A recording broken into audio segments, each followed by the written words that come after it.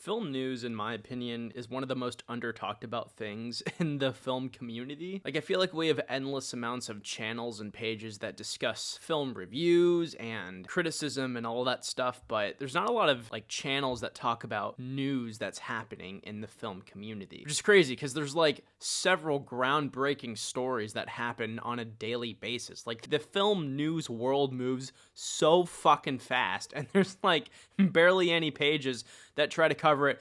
So this is something new that I'm going to try. I'm going to start, maybe not every day, but there's definitely enough content to do it every day, but I'm going to try to start covering all the film news that happens in a single day because I feel like it's not talked enough, and in my opinion, it's really exciting stuff. So if you are interested in things that's happening in the film community, but you don't really know how to seek that kind of information out, or maybe you do know and you're just too lazy, you should come here and watch this stuff. Also, there's like no new fucking movies coming out this month, so my quantity of content is a bit lacking. So this will be a good way to fill the void until cinema returns. Alright, our first report comes from Deadline. According to Deadline, Bong Joon-ho is in talks to write and direct an untitled film based on Edward Ashton's upcoming novel Mickey 7 for Warner Brothers, and Robert Pattinson is in talks to star. I think this is really cool. Bong Joon-ho is one of the most interesting filmmakers like working today, and Robert Pattinson is definitely one of the most interesting actors working today. It's kind of hard to picture what kind of film they can make together because it's really hard to pin them down both as a specific style or trademark because they're both so diversified in the kind of things that they choose to make or participate in. So I'm really excited to see this. I feel like the possibilities are pretty much endless with what they can create together. They're both some of the most fascinating people working in Hollywood today, and I am very excited to see what kind of things they can create together. Our next story comes from IMDb. So according to IMDb, the upcoming Batman film, also starring Robert Pattinson, has an official runtime of 175 minutes, which is just 5 minutes short of 3 hours. This would make the Batman the longest Batman film of all time, with second place going to The Dark Knight Rises, which had a runtime of 165 minutes, which is just 10 minutes shorter. This news personally shocked the absolute fuck out of me. It's really rare for, especially the first film in a franchise, to be that long. Usually when you're like establishing an upcoming series, if it's a superhero movie like this, it's not uncommon for it to be above 2 hours long, but usually they try to keep it below like the 2:30 mark, but almost 3 hours long is very unheard of. For reference, Avengers Endgame is only 6 minutes longer than what this reported runtime is going to be, and this is the first movie in this upcoming Batman franchise, so that blows my mind.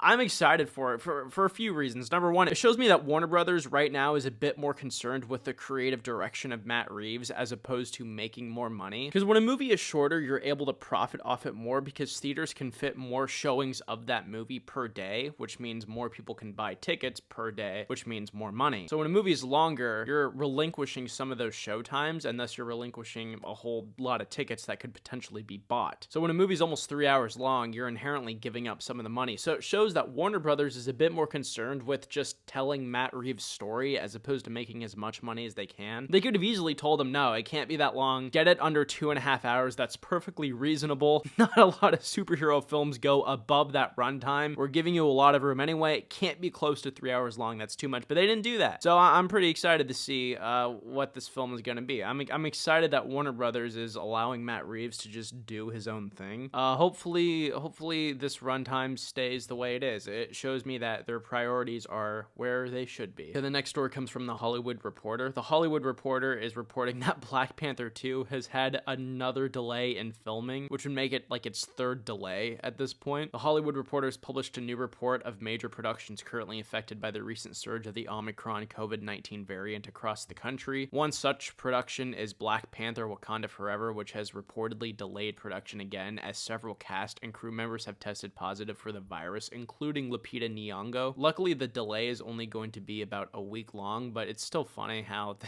this movie keeps getting fucking delayed. It's not funny for the reasons why it's getting delayed, but goddamn, they can't seem to finish filming this fucking movie. This next story comes from Amazon itself. Amazon has officially titled its previously untitled Lord of the Rings series. It's been titled The Rings of Power, and it came with a cool little teaser. Not much to unpack here. I'm excited for this series. It's gonna be one of the highest budgeted series of all time. It's really clear that they're trying to fill the void that Game of Thrones has left in terms of like high concept, high budget fantasy. Will it be able to accomplish that? I have no idea. So far it looks like they're making all the right decisions, but you never really know until you watch it. And lastly, in the news today, Spider-Man No Way Home has officially become the 4th highest grossing film of all time in terms of domestic box office. The top 3 films are Avatar with $760 million domestically, Avengers Endgame with $858.4 million, and Star Wars The Force Awakens with $936.7 million. It might pass Avatar. I don't think it will, but it's possible, but I don't think it's going to pass Avengers Endgame. So I think number 4 is probably where it's going to stay. But that's still wildly fucking impressive. This has become the highest grossing film ever in the history of Sony, both if you do and don't adjust for inflation. So by any measure that you want to judge this film by, it is very successful.